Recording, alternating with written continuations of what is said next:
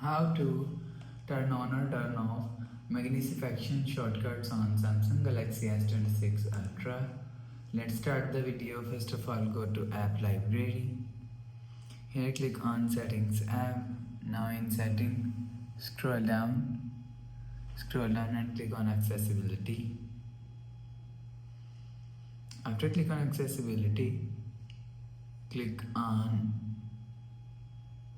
Mission Enhancement. Scroll down to end. You will see Magnification is here. Click on Magnification. After click on Magnification, you will see Magnification shortcut is here.